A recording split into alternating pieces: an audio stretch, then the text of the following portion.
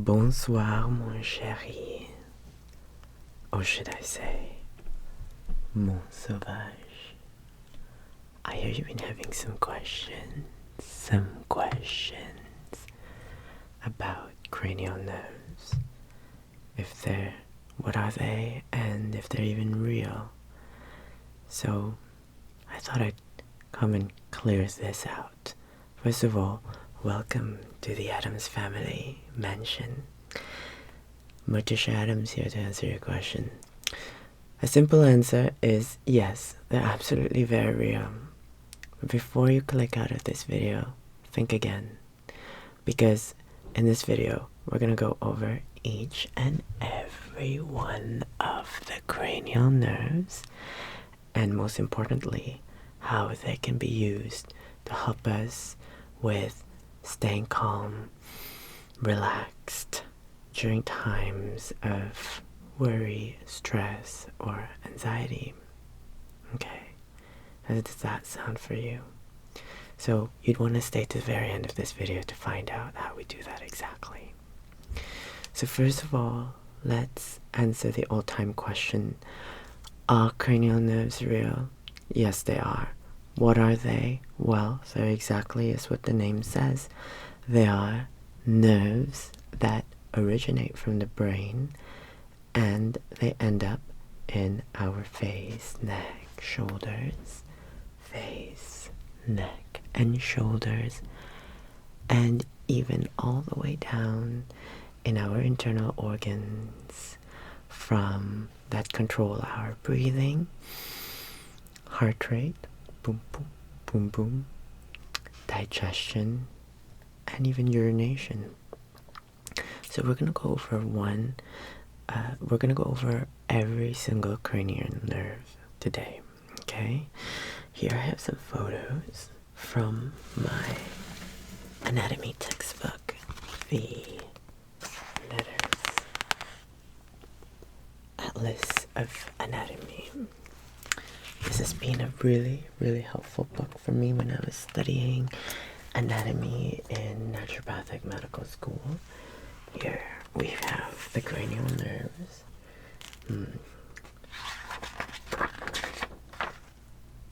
Okay, this is the brain stem over here. It's what sits under the brain. And here's the nerves emerging. Okay, so firstly, two of the nerves, the first two, cranial nerve number 1, olfactory, and cranial nerve number 2, optic, emerges from the brain, from the cerebrum.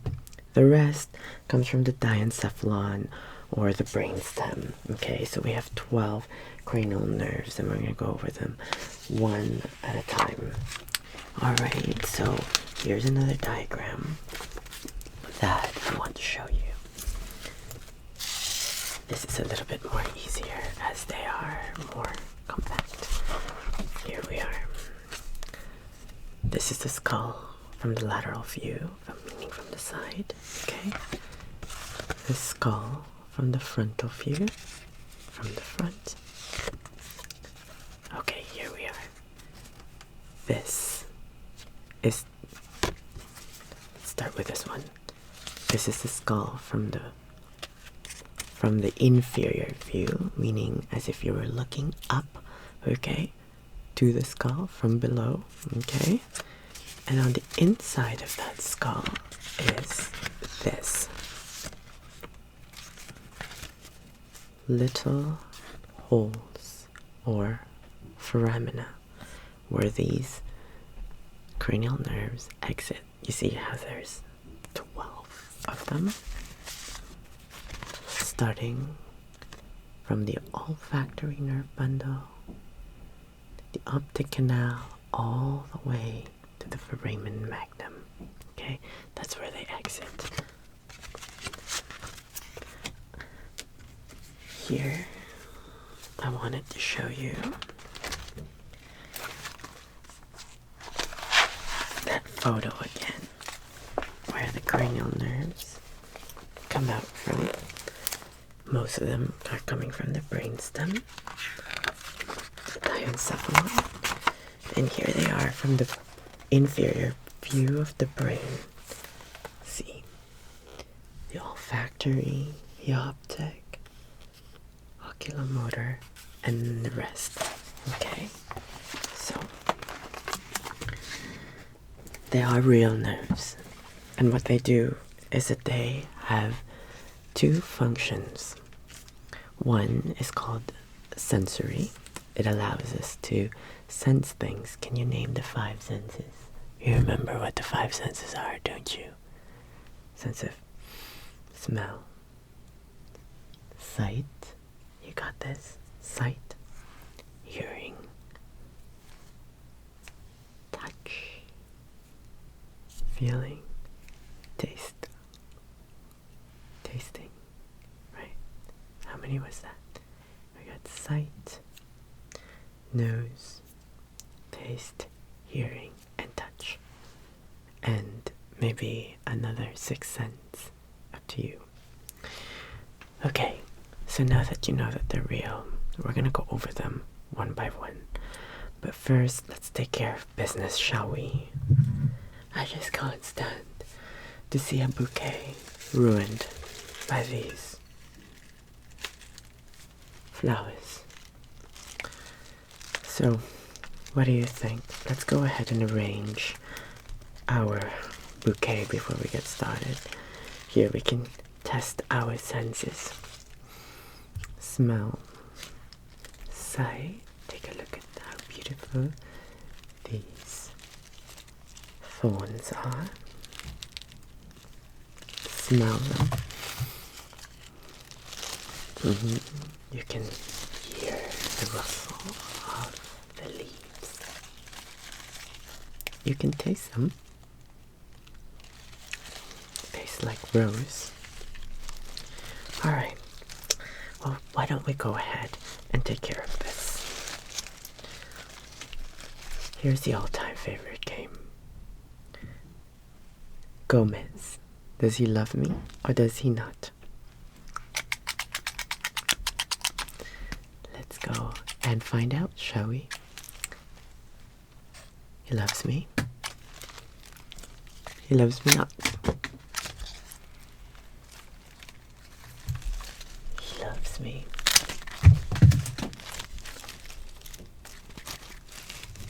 He loves me not.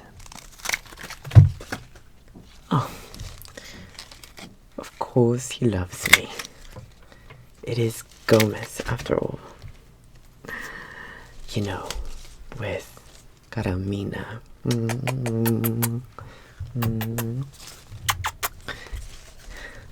Gomez absolutely adores me. And let's just get rid of these leaves now, shall we? There we are. Much better.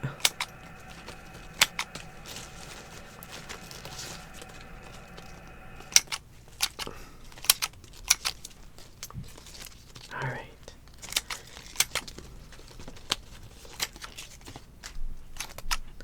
Perfect. Much, much better. There we go. Problem solved. Perfect. Let's brush those off. Alright. So, why don't we go ahead and start with cranial nerve number 12. Why 12? Well, 12 has one of my favorite senses. Taste. 12 is the hypoglossal, which is responsible for our taste sensations in the posterior part of the tongue. Okay, the anterior or the front portion, the 1/3, is governed by the facial nerve, cranial nerve 7, and glossopharyngeal, and the vagus and the glossopharyngeal nerve is responsible for the posterior part. Okay, so we're gonna do our first 3 cranial nerves, which is responsible for the sense of taste. Okay, so here we have a red, juicy apple. But before we taste, okay, we all know that the other senses, such as sight and also smell, is responsible for our yearning and desire or an appetite to eat. So why don't we go ahead and use our sense of smell? Let's use this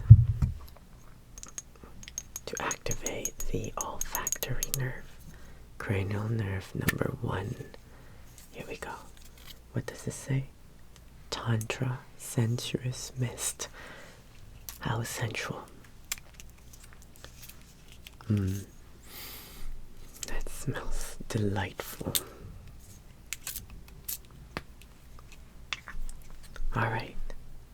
So cranial nerve number 1 is the olfactory nerve. Cranial nerve number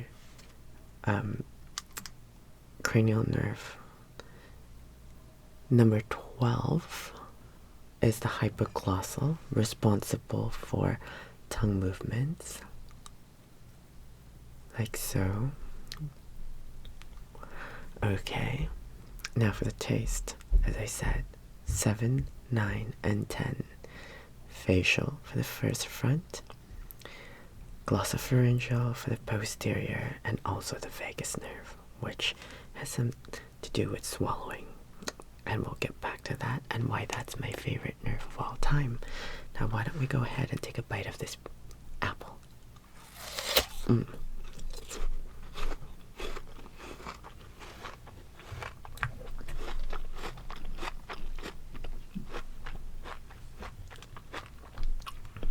Swish it around to get every taste. Would you like to try one? It's delicious. I picked it myself from the garden. Go ahead. Take a bite. Yum, yum, yum, yum, yum. That's yummy.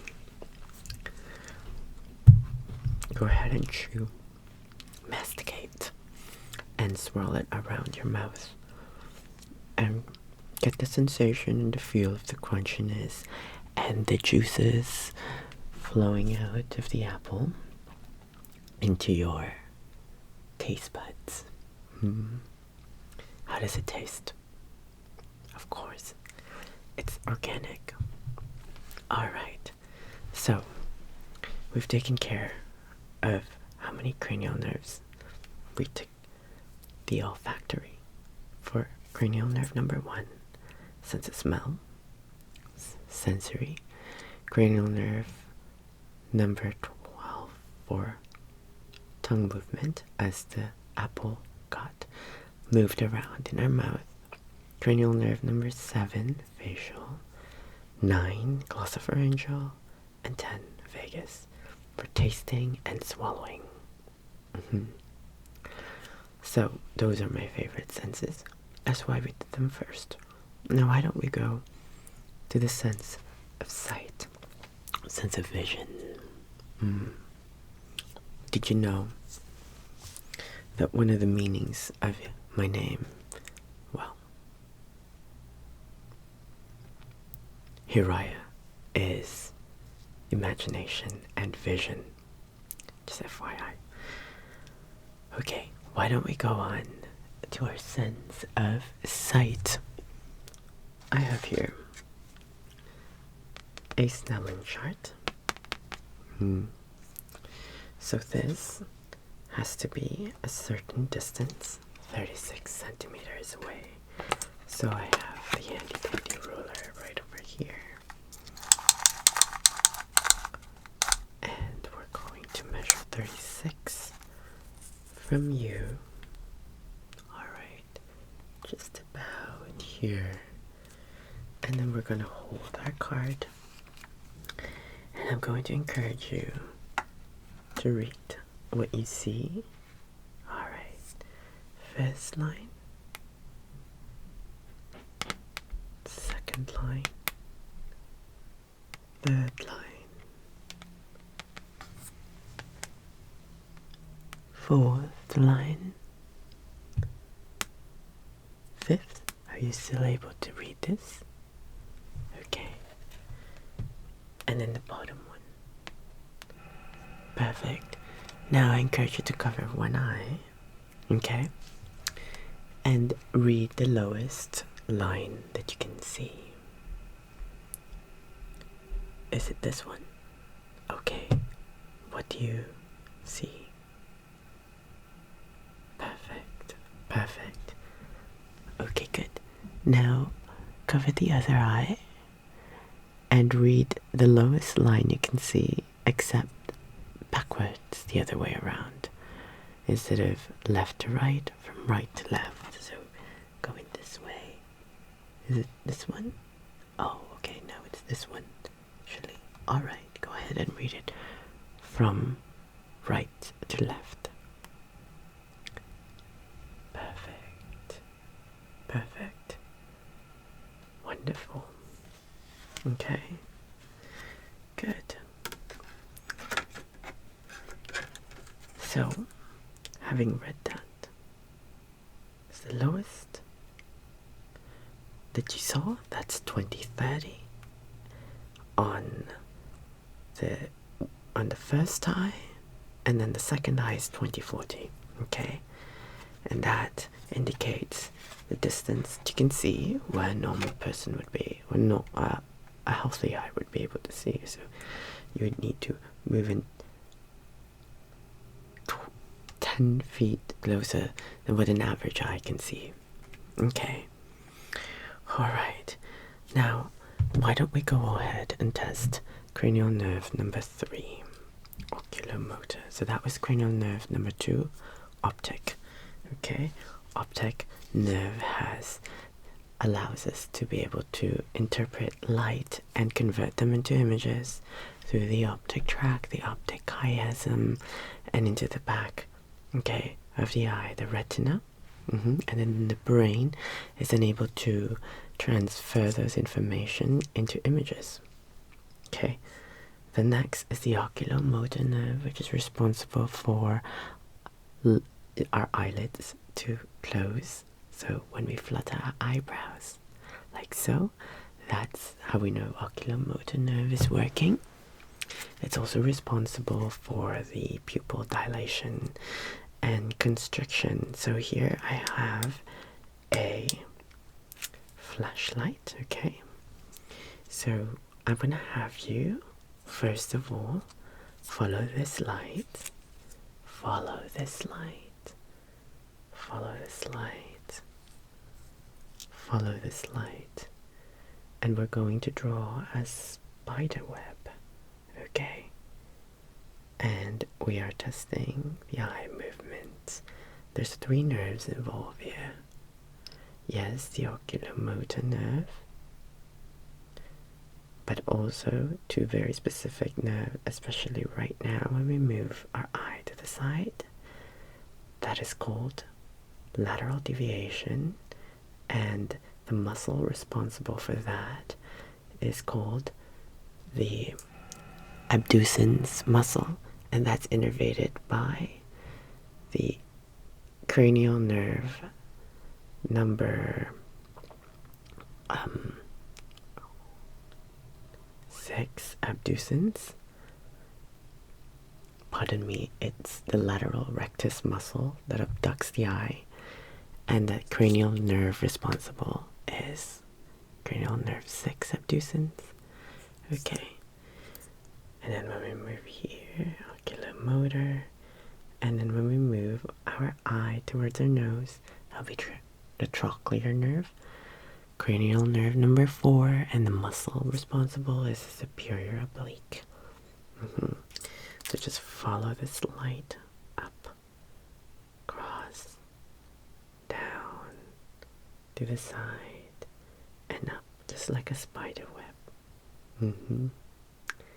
There we go. The other thing that we're gonna do is test your pupillary light response by testing direct or consensual. So I'm just gonna place my hand right between here. Okay, I'm gonna test for direct. Okay, and I'm gonna look at the other side for consensual. Okay, on the other side here, direct on the right side, and then on the left side, consensual. That means when one pupil constricts, the other one constricts as well. Okay, we're gonna test accommodation, so just follow my finger, move it close, okay? Pupils constrict, and out. It should dilate. Wonderful. I didn't see any anoscoria, or lid-like, or any abnormalities. Actually I did. I did see a few things that are quite wrong. First of all, your pupils are quite dilated, my dear. What is going on? And your sclera is a little bit dry. They are moving together, but they are dry and they are dilated. Are you feeling okay? Well, everything's a little bit blurry. Okay. Oh my. Well, why don't we continue the exam and see what else we find? Let's go ahead and take a look at your beautiful visage, your beautiful face, and test some cranial nerves there. Cranial nerve number 5 is the trigeminal nerve. Trigem, 3 nerves. This 3, well, more like 3 branches, because it's one nerve that splits to 3 different branches. That'll be the ophthalmic branch. Let's use this feather, shall we? And we're going to test the sensory portion of the trigeminal nerve. So the ophthalmic, okay, over here. So I'm just going to gently, lightly touch and repeat after me. What sensation do you feel? This is the sharp and this is the dull, okay? So sharp, sharp, and dull, dull. Alright. Sharp and dull. Sharp and dull. Alright. And then we've got the maxillary, or your beautiful cheekbones. Okay, here we go again. Dull, sharp, dull, and sharp, dull, sharp, sharp, and dull. Oh, perfect. And the last is the mandibular, your beautiful jawline. So beautiful, exquisite, sharp, and dull. Alright, here we go. Dull, and sharp. Perfect. Sharp, sharp, dull, and dull. Wow, wonderful. One more time. Sharp,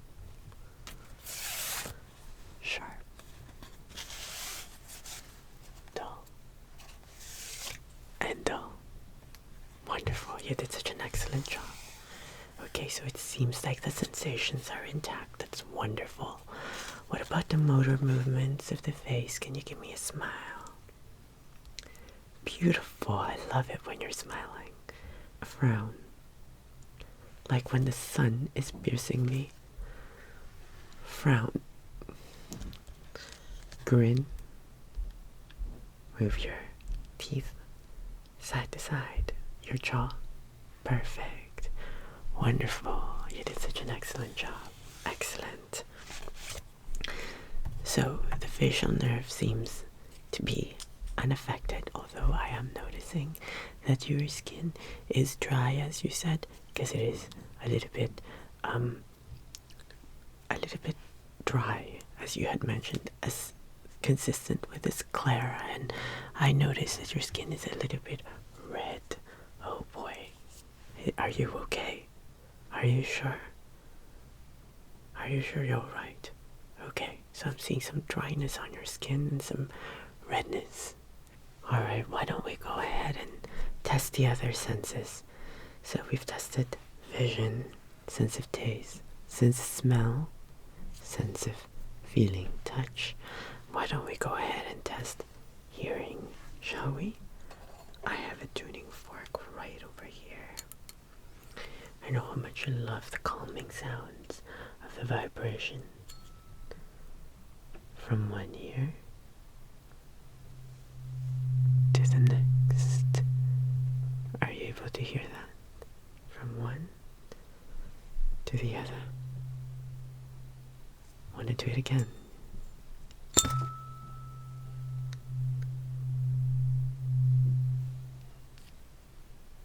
To the other. And the other. And one more time. Okay. We're going to strike the tuning fork. Weber's test. I strike it. I place it here. On the forehead or on top of the head, and what we're looking for is lateralization of the sound, okay? We want to hear equal sounds bilaterally, but you let me know what the findings are. Do you hear them both on both ears? Okay, good. That's what we want to hear. What's what we want to hear. So that is testing for bone conduction. Now we're going to be testing air conduction versus bone conduction. So first, I'm going to be testing. So if that was abnormal, which it isn't in this case, we're going to be testing. We're going to be putting the tuning fork on the mastoid process.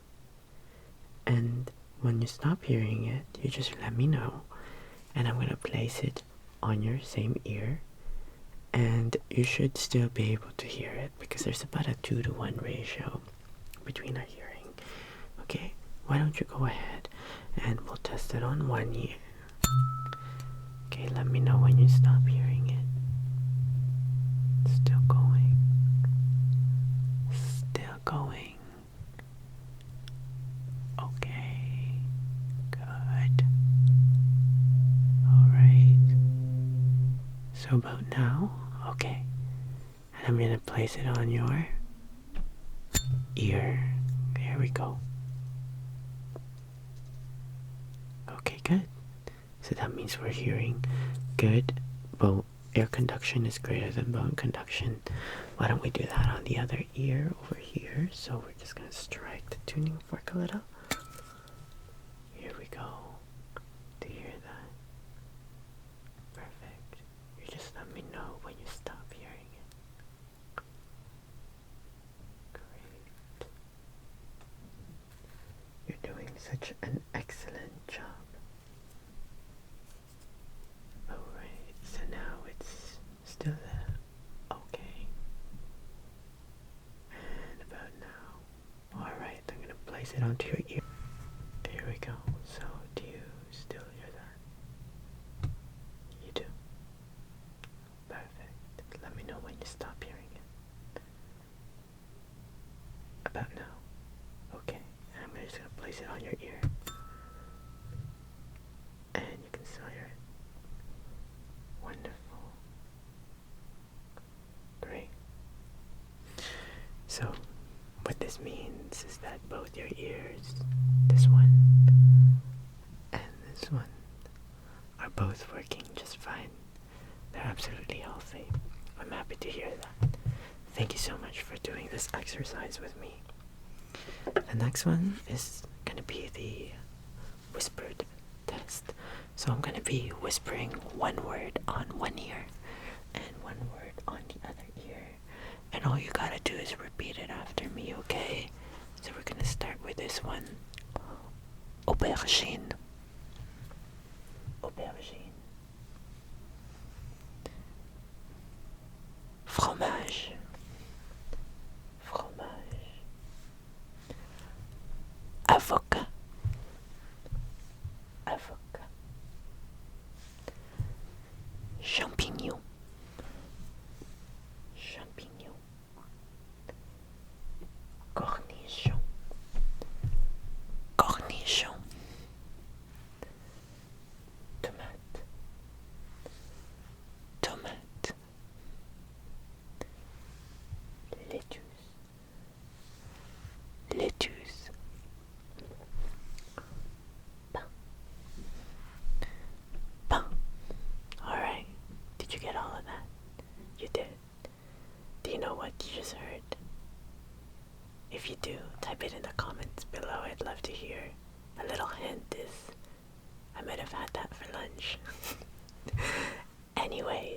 let's move on to the next cranial nerve, which is the glossopharyngeal nerve, cranial nerve 9. If you remember, we've already done that.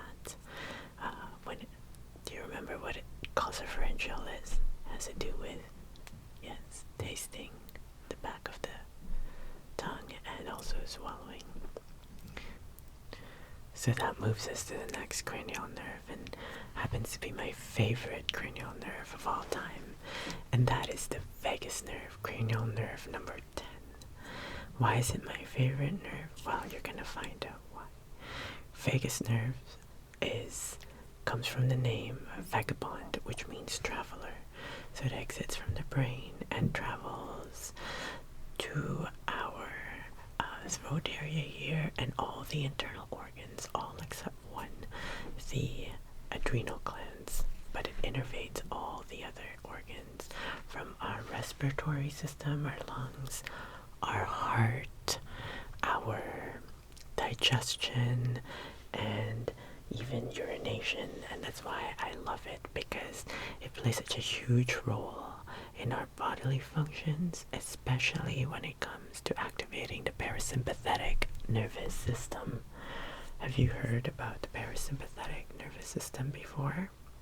You have? Great. Can you tell me about it? Yes, so there's two, the flight or fight, or the sympathetic, and the opposite, rest and digest, or the parasympathetic. So the vagus nerve has been really linked with the parasympathetic nervous system, or the rest and digest.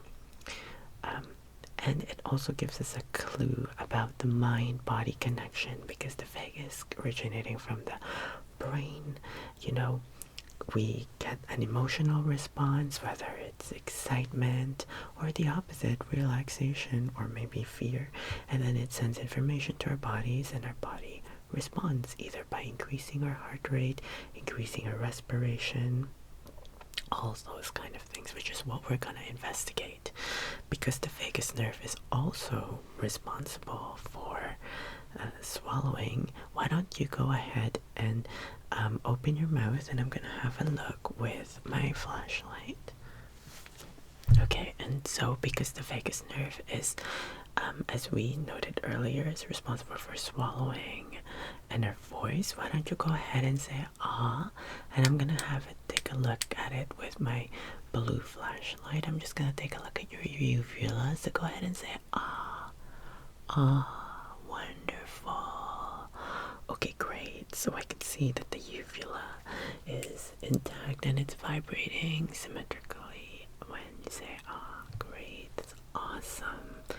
Great work. Alright.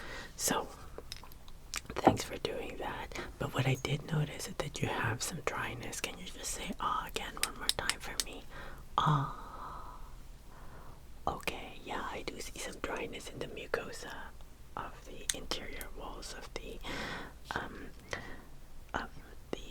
heart palate there. Okay. And the tongue as well. Alright. Okay. Alright. So, you're also looking a little bit dry. Alright, why don't we, you seem a little bit, not yourself. You seem a little stressed. Why don't we go ahead and take a look at your pulse, just to see if things are okay. Alright, why don't you give me your hand, and I'll just take your pulse here on your wrist. Okay? Yeah, it is rather fast. It is rather fast. So I'm feeling for the pulse strength, its speed, its regularity, and I could say that it is rather fast. So why don't we go and take a look at your blood pressure reading, just to make sure that everything is okay, shall we? Alright.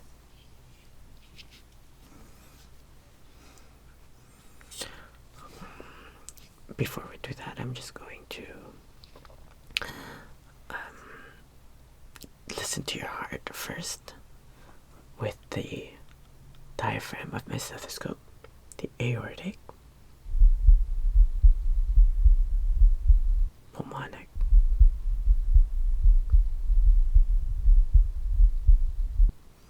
tricuspid, mitral, as well as Erb's point. Okay, I'm also going to take a listen with the bell of my stethoscope. The aortic, pulmonic, tricuspid, and mitral. Okay. Alright, I did hear that it is rather rapid as well. There's no extra hard sounds like S3 or S4. I want to take a look at your, I'm going to have a listen to your carotid arteries as well.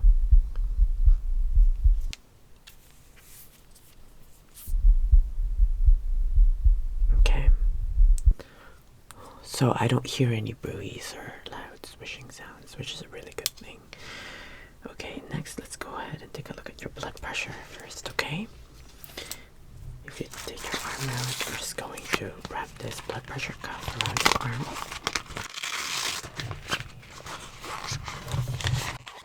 So, I'm just gonna get a baseline first. Place my hand onto your pulse, and get the baseline.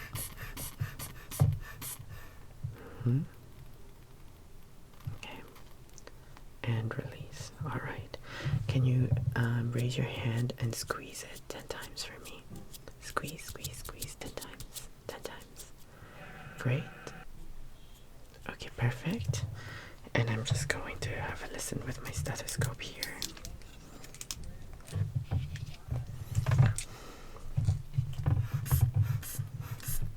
Okay. Oh, I see.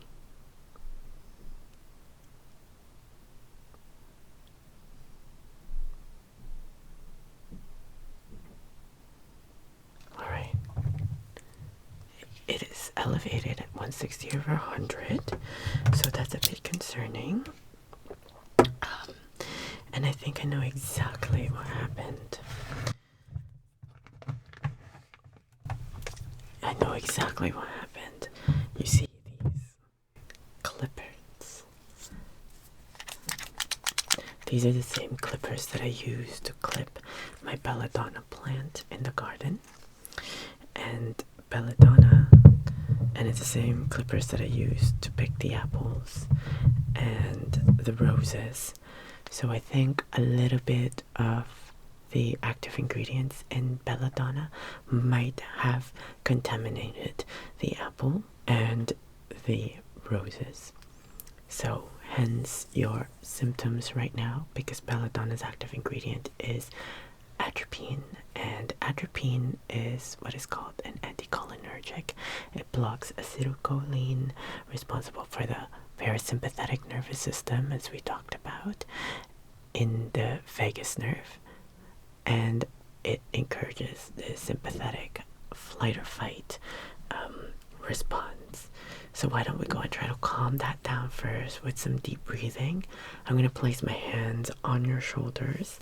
This is where the accessory muscles of breathing are, innervated by the cranial nerve number 11, the accessory nerve. So I'm just going to place my hand over. If you could take a slow, easy, deep breath here with me, breathing in and out. One more time, breathing in and out. One last time. One deep breath in through the nose.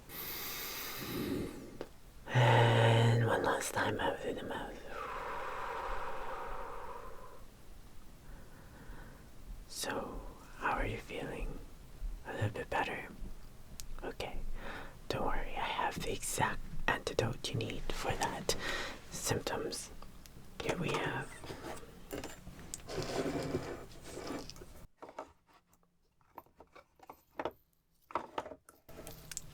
this.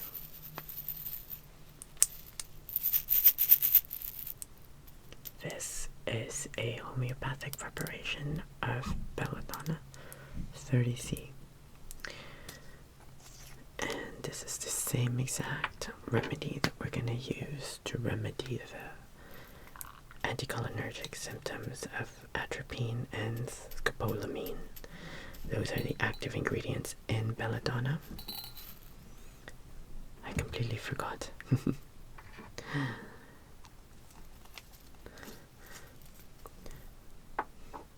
And so they say 1 apple a day keeps a doctor away.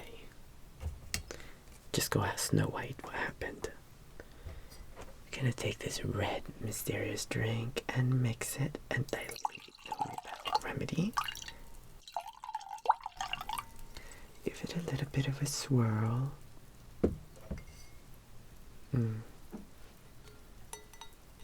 And use our senses once again.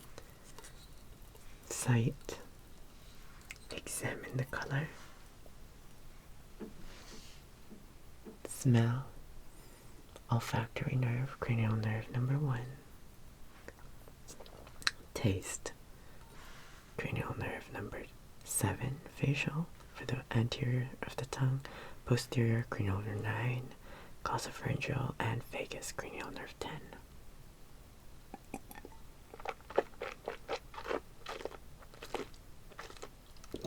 Swish our tongue with hypoglossal, cranial nerve 10, and swallow.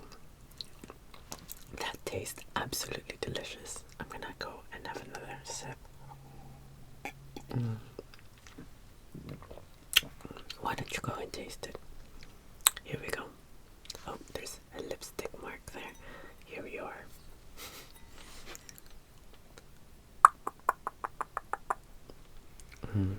How does that taste? One more time. Great.